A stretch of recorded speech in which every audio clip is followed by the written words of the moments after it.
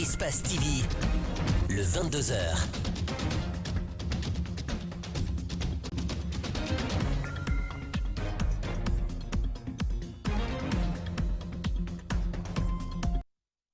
Tout le plaisir est pour nous de vous retrouver sur Espace Calac TV. Mesdames et messieurs, bonsoir. Et merci de votre fidélité à Espace et à Calac. Bienvenue dans cette nouvelle édition dont voici les principales articulations. À la une de l'actualité, après les violences post-électorales en Guinée, la vie reprend de façon timide à Conakry et dans de nombreuses villes de l'intérieur du pays, mais sur la route de Prince à Ratouma, vendeurs et détenteurs de boutiques et magasins ont du mal à reprendre leurs activités.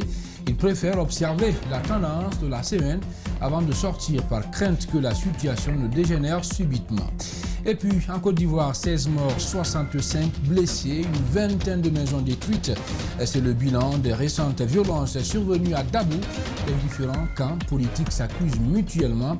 Les Ivoiriens sont inquiets, mais l'État ivoirien rassure.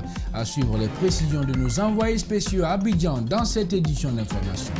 À venir également dans ce journal, toute l'actualité sportive avec Alseni Bandé, avec en toile de fond la publication par Didier Six de la liste des joueurs devant prendre part à la double confrontation contre le Tchad à Conakry. Pour mieux préparer cette rencontre du Sili national, les autorités sportives guinéennes se sont réunies pour discuter sur des recommandations de la FIFA et de la CAF relatives au protocole des matchs internationaux en cette période de coronavirus. Nous sommes jeudi 29 octobre 2020. Encore une fois, mesdames et messieurs, bonsoir et bienvenue.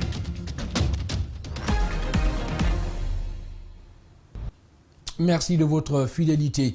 Tout d'abord, après l'Union européenne, la France, les États-Unis ont réagi ce mercredi sur l'élection présidentielle du 18 octobre dernier en Guinée.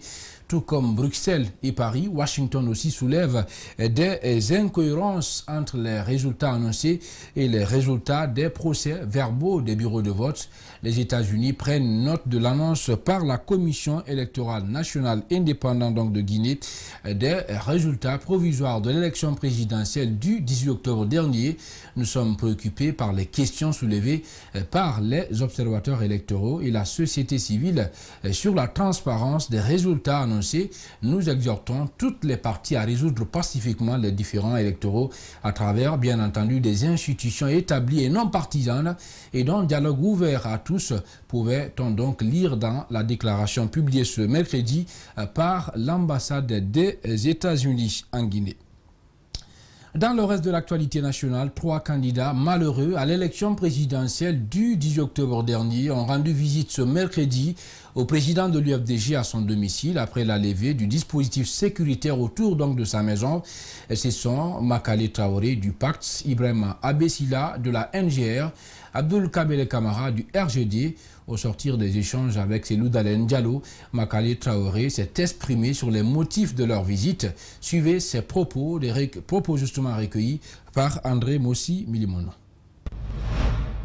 Il y a eu un siège que nous regrettons devant le domicile du président Selou Dalen Diallo. Le siège a été heureusement levé. Nous sommes en démocratie et il faut toujours apaiser les situations. Donc nous étions là pour dire notre solidarité et une visite de courtoisie. Voilà, pour lui dire que c'est des choses qui arrivent. Ce qui est mieux, c'est un recours collectif. Mais si nous n'arrivons pas à faire un recours collectif, naturellement, ce sera des recours par partie. Et puis, je vous le disais au sommaire, les violences enregistrées vendredi dernier dans le quartier Symphonia ont entraîné la mort de 5 gendarmes, dont un policier en plein exercice de ses fonctions. Au plus tôt de leurs fonctions, ce jeudi, parents, amis et paramilitaires ont rendu un dernier hommage à ces hommes en tenue. Mohamed Valek Touré et Ali Ouba nous signent ce reportage à suivre. Ils étaient en plein exercice de leur fonction quand le destin tragique a eu raison d'eux. Ces 5 gendarmes et un policier ont subi cette tragédie suite à une attaque perpétrée par les manifestants ce vendredi 23 octobre. Les jeunes surchauffés ont mis le feu sur la locomotive d'un train à Somfonia, non loin du PA, qui a coûté la vie à ses agents. Ce jeudi, famille, amis et paramilitaires sont venus leur rendre un dernier hommage. Nous acceptons le verdict de Dieu. C'est Dieu qui a donné, c'est Dieu qui a repris. La mort du frère, sincèrement, il n'avait rien à voir avec la politique. Il faudra que les gens fassent la distinction ici, la distinction entre la politique et l'ethnie. Mon frère est mort dans une atrocité qu'on ne dit pas le nom. La consternation est visible sur les visages des parents de ces agents arrachés à leur affection. Une cérémonie solennelle qui a connu la présence des généraux, mais aussi le ministre de la Défense. Dans le souci de la gestion de l'ordre public, de la sécurité des personnes et de leurs biens, il œuvrait dans ce sens. Et malheureusement, il nous a été arraché à notre affection. Il a trouvé la mort.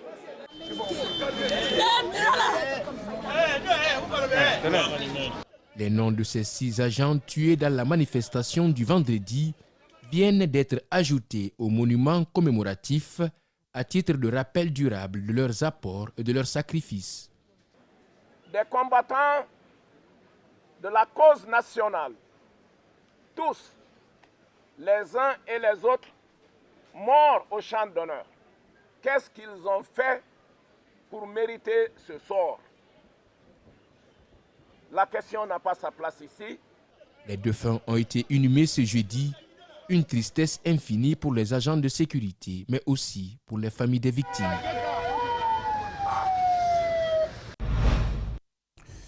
La ville de Conakry se remet peu à peu après les violences enregistrées au lendemain de la présidentielle du 18 octobre dernier en Guinée. Sur l'axe Le Prince, l'inquiétude, vous allez le voir, règne encore malgré la reprise de la circulation et certaines activités économiques. Une de nos équipes s'est rendue sur les lieux. Le constat d'Antoinette Dédé Onivogui et de Djibril Kabak Kamara. L'axe Le Prince sort progressivement de sa torpeur après des journées marquées par des violences post-électorales.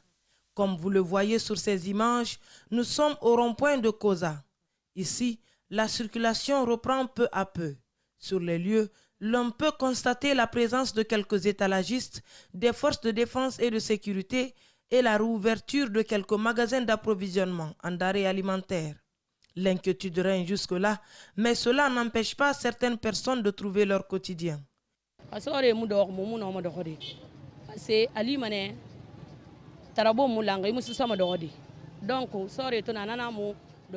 Sans la présence des forces de l'ordre, nous ne pouvons pas vendre ici.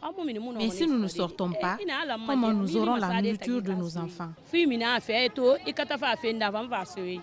Malgré la morosité, ce garagiste dit en avoir marre de la souffrance.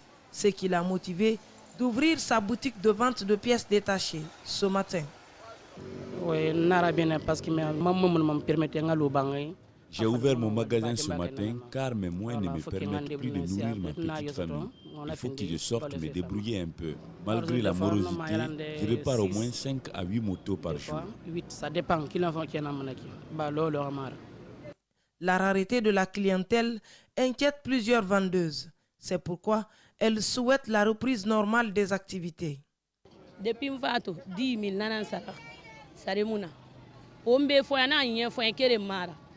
agere muna na fan fisa nu njiri frinta na ya fala sa yeso fama kan yi wule na amma se mabore be o mbiri ngali mani ya menga fe na ani o mboro kunna kana o ngawo maduniya to gonsan parce na re na ki ne biri ngade sa foteta o muno mani ya de o ngawo nyata kan kunna kana ne hafira o fala na ngama na yan lozer na ngodi ne banka kan yi be biri nga ani bayi menga fe fari o ngaba o mboro gonfe parce menga fe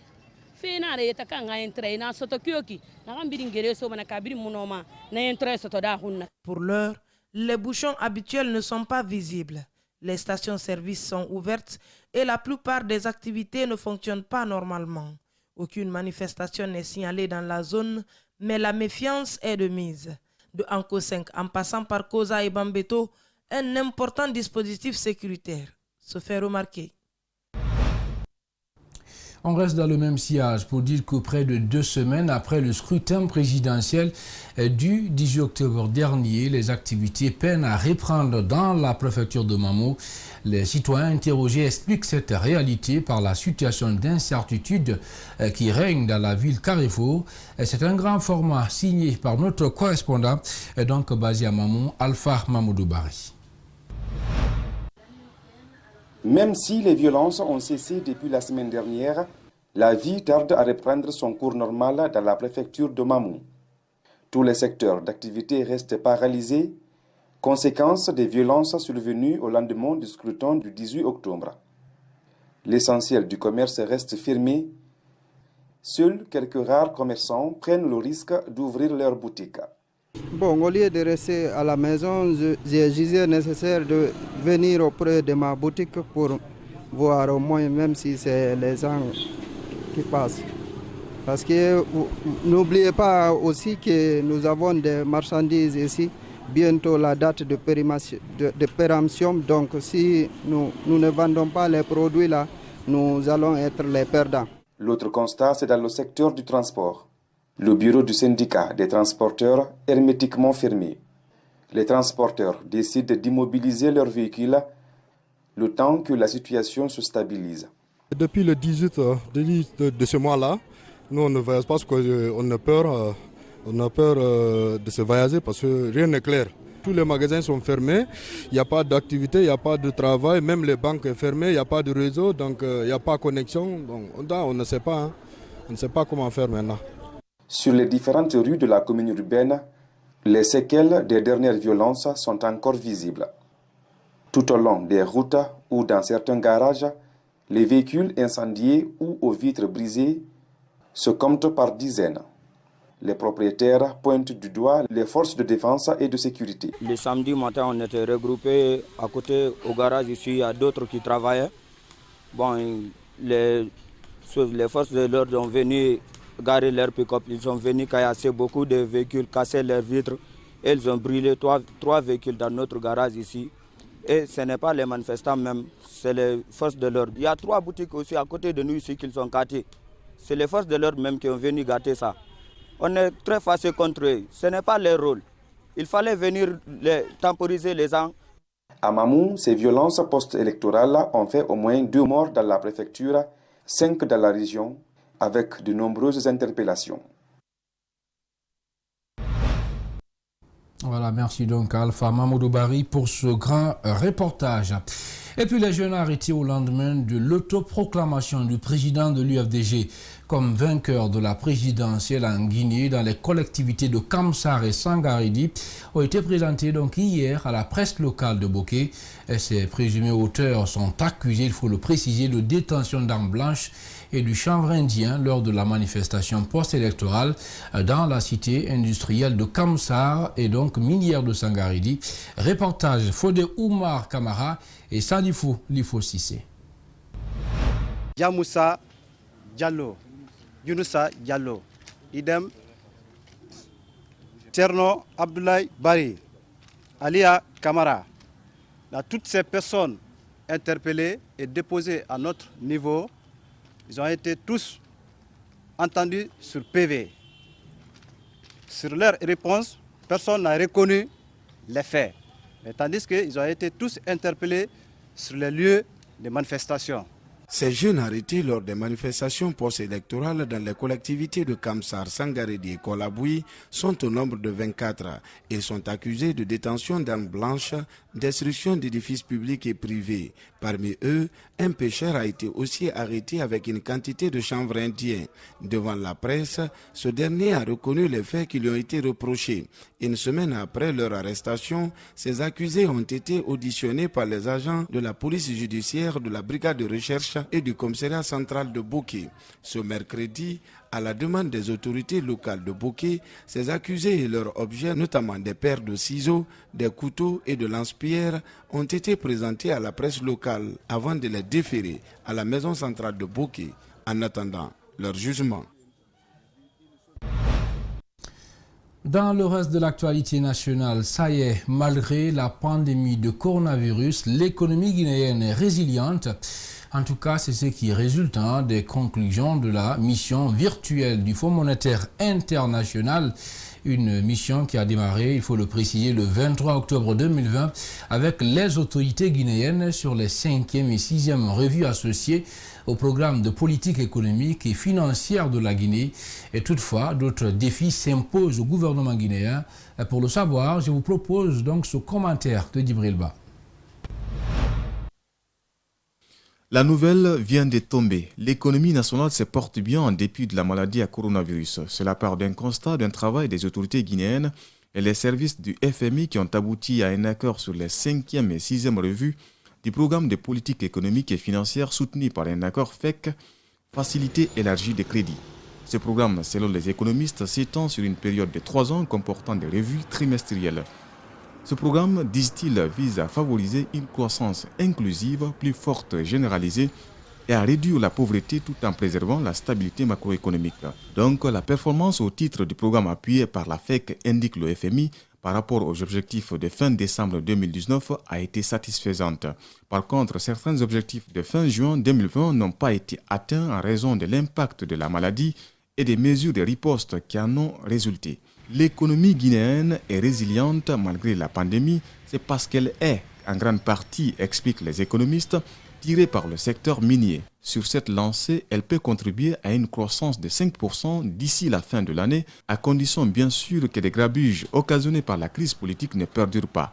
L'État guinéen devra renforcer sa devise car le solde budgétaire de base a accusé un déficit de 1,1% du PIB produit intérieur brut en fin août 2020.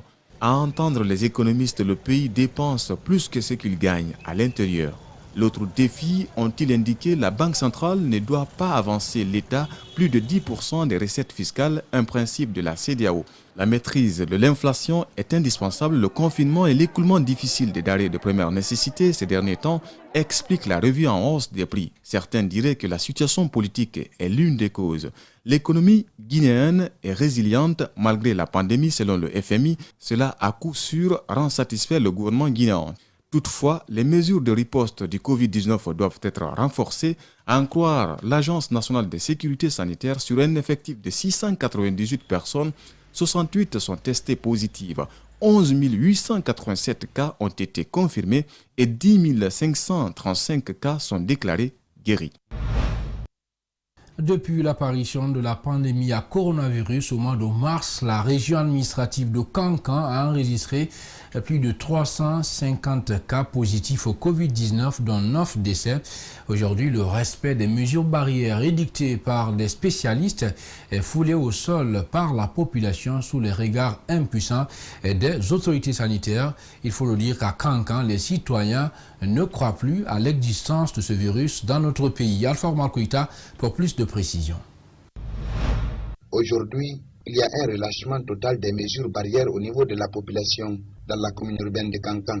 Ce, malgré la présence encore de la pandémie à coronavirus dans notre pays. Je pense que des périodes post-électorales est un facteur qui peut démobiliser un peu ou désorienter un peu les gens par rapport à l'aspect sanitaire. Donc nous demandons humblement, respectueusement à toute la population de faire preuve de civisme, d'accepter les mesures qui ont été imposées par les spécialistes pour qu'ensemble cette maladie puisse partir maintenant parce qu'elle a fait beaucoup de dégâts. Cet appel ne semble pas être tombé dans de bonnes oreilles, car en longueur de journée, des citoyens vaquent à leur activité quotidienne comme si de rien n'était. Des citoyens qui sont plutôt préoccupés par comment trouver de quoi se nourrir ou nourrir la famille que de respecter des mesures barrières édictées par les autorités sanitaires. Abdul Karim Kamara, conducteur de taxi-moto, explique les raisons de son refus de porter désormais le couvre-nez. Bon, on a vu la population ne portait pas la bavette, c'est pour cela nous aussi on ne porte plus maintenant. Contrairement à son prédécesseur, Ibrahima Diallo, lui, ne croit plus à l'existence de cette maladie dans la cité. Première fois, j'ai porté 2 mois jusqu'à les 3e mois là. Donc moi j'ai laissé de porter. À l'heure là, il n'y a plus de maladies ici. Du mois de mars à nos jours, 3133 personnes ont été soumises au test dans la région administrative de Kankan, parmi lesquelles 399 cas se sont révélés positifs au Covid-19 dont 9 décès, soit 2% de létalité. À date, un seul patient parmi ces personnes testées positives se trouve actuellement alité au centre de traitement épidémiologique de l'hôpital régional de Kankan, rassure Dr Mohamed Sako Silla, directeur régional de la santé, avant d'ajouter que très bientôt, une vaste campagne de dépistage du personnel administratif sera engagée au niveau de tous les services relevant de sa zone de juridiction. Parlons à présent religion dans ce journal pour dire que les fidèles musulmans ont célébré ce mercredi le Mawloud, une occasion pour les musulmans donc de Guinée de célébrer bien entendu la naissance du prophète Mohammed, paix et salut sur lui. Et pourtant les musulmans ont des opinions divergentes par rapport à cet événement. Mais quelle est son origine? Pourquoi la célébrer? Et comment même la célébrer? Élément de réponse avec Imam Doumbouya. Il a été interrogé par Alseni Bari et Aliouba. Le prophète Mohammed, paix et salut sur lui, est né vers 570 à la Mecque et est mort en 632 à l'âge de 62 ans. 1450 ans après, les musulmans se rappellent à travers le Mawloud ou la fête de la nativité, des prières, le wird, des bénédictions et des lectures du Saint-Coran se font toute la nuit. Certains font d'ailleurs des jeûnes, tout un symbole pour le monde des croyants en islam. Au moment que le prophète est né, si cela arrive chaque année, nous pouvons le fêter. Parce que quand ils ont demandé au prophète Mohammed sallallahu alayhi wa sallam, pourquoi tu jeûnes le lundi, il dit Dhalika yawmun fihi wulit. Il dit c'est le jour dont je suis né. Donc si le prophète Mohammed, paix et salut sur lui, a marqué le jour de sa naissance par une adoration, pourquoi pas les autres fidèles? Pourtant, tous les musulmans n'emboîtent pas le même pas. Certains pensent qu'elle ne mérite pas d'être célébrée. Tout compte fait, célébrer la nativité ne fera qu'augmenter les bénédictions. Quand on parle de Mawlid du prophète Mohammed sallallahu alayhi wa sallam, d'ailleurs qu'il y a une question de divergence. L'autre dit que c'est permis, l'autre dit que ce n'est pas permis. Et nous, et la jeunesse musulmane de la Guinée, comme tant d'autres jeunesses de l'Afrique et du monde, nous le faisons parce que nous voulons prouver l'amour du prophète Mohammed sallallahu alayhi wa sallam. Dieu nous dit dans le Coran Qul bi fadlillahi wa bi rahmatihi fa bidhalika falyafrahu. Dit le prophète Mohammed sallallahu alayhi wa sallam la grâce que Allah les a fait et le pitié d'Allah, à cause de ça, ils doivent être contents. À Conakry, à cause des violences post-électorales, certains n'ont pu célébrer la fête de la nativité. Cet imam, à travers son association des jeunes musulmans pour la paix, s'est fortement impliqué pour la promotion de la paix. Il a effectué une tournée de sensibilisation à Ratouma, dans les mosquées de Kaporo, Komboya et la maison des jeunes. Et je lance un appel à tous les Guinéens, quel qu'en soit son bord et quelle qu'en soit sa couche sociale, et de préserver la paix. Parce que le prophète Mohammed sallallahu alayhi wa sallam, il dit Kullukum ra'in wa mas'oulun an ra'iyati. Chacun de vous est responsable. Et Dieu va vous demander à vos responsabilités. Après tout ça, on va mourir. Quand on meurt, on va nous demander à chacun des actes que nous avons posés. Donc nous devons poser les actes positifs au lieu de poser les actes qui n'aboutissent à rien. Avant de terminer son allocution, en expliquant que sans la paix, il n'y a pas de développement. Il faut dire que la célébration de la nuit de Mawloud a été marquée par la lecture du Saint-Coran et des prières dans les mosquées de Conakry, une occasion propice pour les musulmans de magnifier le nom du prophète Mahomet et surtout de faire des prières en faveur de la paix et de l'unité nationale. Marissa Camara commence les images d'Ibrahima Souma. Cet homme qui a voulu garder l'anonymat a pour ambition de servir sa nation au sein de la police. Ce matin, il se rend au commissariat de Bantoto pour postuler. 1 heure plus tard, il est toujours dans la file d'attente. Vous voyez non, comment ça se passe. Depuis cette on est là sous ce soleil et les forces qui sont là, c'est-à-dire les policiers qui sont là, ils ne font que rentrer des personnes par affinité. Il y a d'autres personnes qui viennent perdre de l'argent. Maintenant, on les fait rentrer. Il y a d'autres qui viennent, alors que normalement... Voilà, toutes nos excuses pour ce petit souci technique. Nous reviendrons sur cet élément dans nos prochaines éditions d'information. À présent, l'actualité en dehors de la Guinée, tout près de chez nous, en Côte d'Ivoire, 16 morts, 65 blessés, une vingtaine de maisons détruites. C'est le bilan des récentes violences survenues à Dabou. Les différents camps politiques s'accusent mutuellement. Les Ivoiriens sont inquiets. L'État ivoirien rassure. Nos envoyés spéciaux ont pris donc part à la conférence, bien entendu, de presse, une de l'opposition pilotée par le PDCI et le FPI et une autre du RHDP qui se tenait hier à Abidjan. Antoine Courroy nous signe ce reportage suivi. Le bilan de la désobéissance civile depuis que le mot d'ordre a été donné fait état de 70 morts, dont 16 dans la préfecture de Dabou, selon Afin Guessan, le porte-parole de l'opposition. Nous déplorons 16 morts, 67 blessés, 50 individus interpellés, 12 fusils saisis, 70 matériels saisis, 3 maisons incendiées, 10 véhicules calcinés. Ces opposants accusent le régime d'avoir armé des miliciens pour agir à Dabou et opposer les populations. Le régime s'appuie sur des milices parallèles. C'est le véritable commando de la mort, équipé de matériel et d'armes à feu, à la plupart des Cameroun. Convoyés par le régime dans des réunions institutionnelles pour l'occasion, ces jeunes diplômes instrumentalisés par le pouvoir sont armés jusqu'au temps. Ils tuent, blessent, tabassent jusqu'au sang. Ils pillent et brûlent. Ils sont parfois assistés, protégés dans leur place besoin par des forces de défense et de sécurité. Dans le camp présidentiel, on ne se fait pas d'illusions. Le commanditaire de ces attaques n'est pas caché. C'est bien l'œuvre de l'ancien président de l'Assemblée nationale, Guillaume Soro. N'allez pas à ces élections, j'arrive, je vais faire un coup d'État. Je ne peux pas dire bêtement, mais c'est tout comme. Ils ont pensé que les propos de Soro Guillaume sont vraiment des propos bibliques et que Soro Guillaume allait venir. Alors que pour moi, ce sont des propos démentiels. Des enquêtes seraient en cours pour trouver les instigateurs de ces violences. Déjà, quelques arrestations ont eu lieu, des armes ainsi que des fétiches ont été saisis. Et sur les menaces de violence qui pèsent sur l'élection présidentielle, le directeur national de campagne adjoint du RHDP rassure que tout se passera dans de bonnes conditions. Les forces de l'ordre sont là pour la sécurité de tous les États. Ceux qui doivent venir voter, ils seront au lieu de force.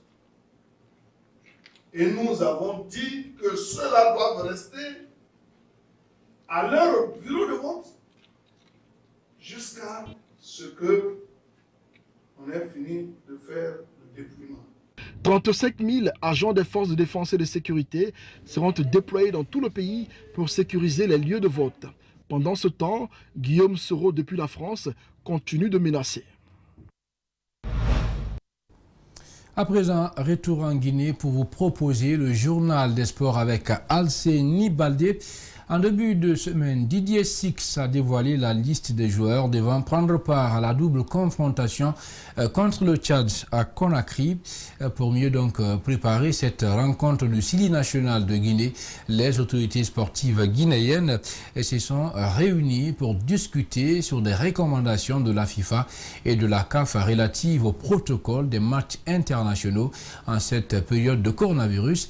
Et puis après l'annonce de sa candidature à la tête de la CAF, Ahmad pourrait être poursuivi par la FIFA pour des malversations financières. Toute l'actualité sportive est signée Alceni Baldé.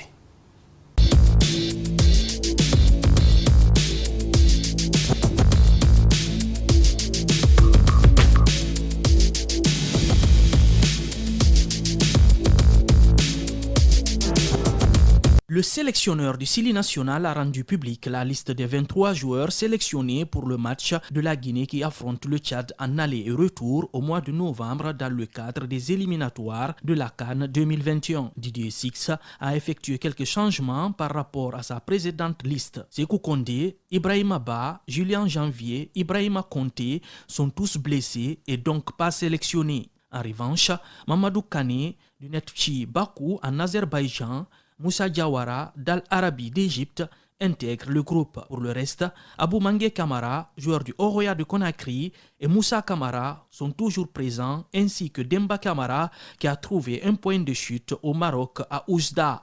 Toujours dans le même sillage, une rencontre a réuni les acteurs du sport guinéen pour les préparatifs du match Guinée-Tchad prévu à Conakry à huis clos le mercredi 11 novembre 2020 au stade du 28 septembre. Des représentants du ministère des Sports, de la Fédération guinéenne de football, de l'ANSS, du stade du 28 septembre et de la sécurité à la grande réunion préparatoire de ce match qui s'est tenue ce mercredi 28 octobre 2020 dans la salle de conférence du ministère en charge des sports. Au cours de la réunion, tous les aspects liés à l'organisation de cette rencontre ont été discutés en profondeur conformément aux recommandations de la FIFA et de la CAF relatives au protocole des matchs internationaux pendant cette période fortement marquée par la pandémie de Covid-19.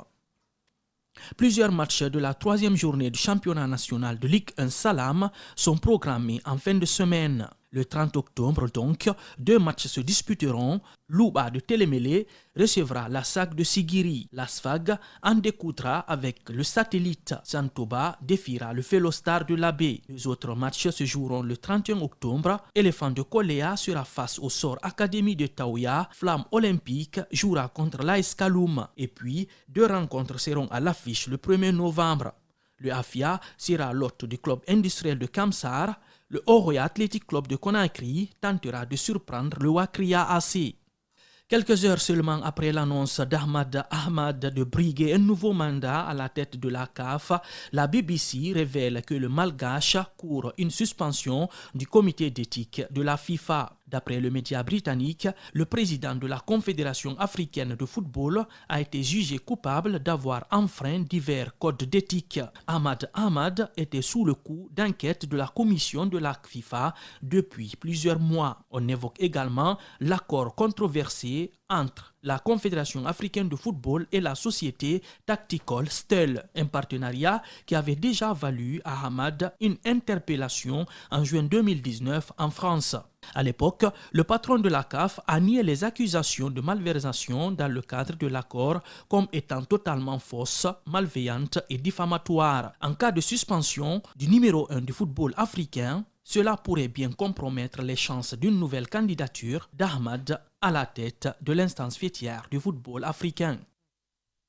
On s'achemine vers le report de la finale de la Ligue des champions de la CAF, initialement prévue le 6 novembre prochain. D'après le média égyptien Phil Goal, le comité d'urgence a accepté de repousser la finale jusqu'au 20 novembre prochain. Ceci fait également suite à une demande des autorités égyptiennes consécutive aux prochaines élections parlementaires dans le pays. Aussi, le match retour entre le Zamalek et le Raja de Casablanca connaîtra un report au 3 novembre. Alors qu'il était prévu pour le 1er novembre. Ce nouveau report se rapporterait au nouveau cas de coronavirus apparu dans l'équipe marocaine à l'issue des tests ce mardi. Pour l'heure, aucune confirmation officielle de ces nouveaux changements.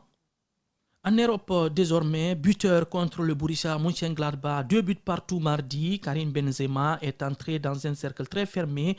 L'attaquant du Real Madrid est devenu le 4e joueur à inscrire au moins une réalisation contre 30 équipes différentes en Ligue des Champions. Seuls Lionel Messi, 36, Cristiano Ronaldo et Raoul, 33, font mieux que l'avant-centre français. Dans la foulée, le tricolore est encore un peu plus entré dans l'histoire du football hexagonal. Benzema est devenu donc le meilleur buteur français avec un club européen évoluant dans l'élite en compétition officielle.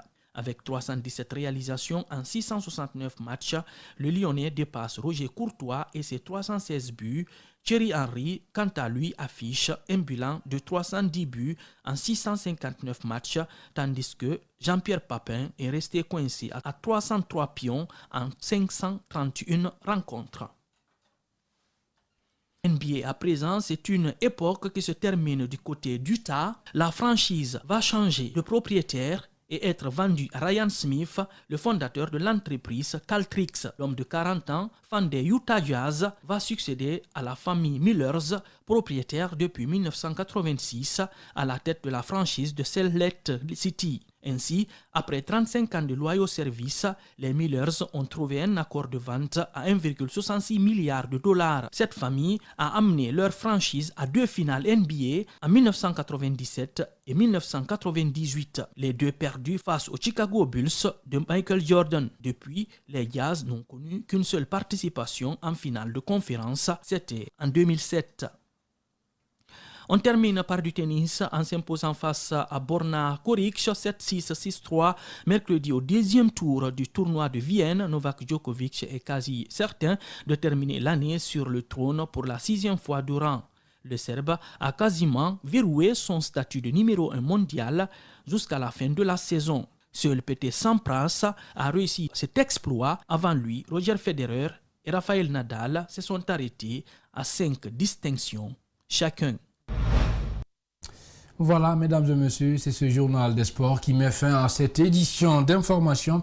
Une édition réalisée par Alceni Bari. Elle a été conduite à la régie et au cadrage par Lamine Sidibé, le très discret, assisté de Cheikh Oumar Kaba et de Nalaï Sidibé. Merci à tous de l'avoir suivi, où que vous soyez dans le monde.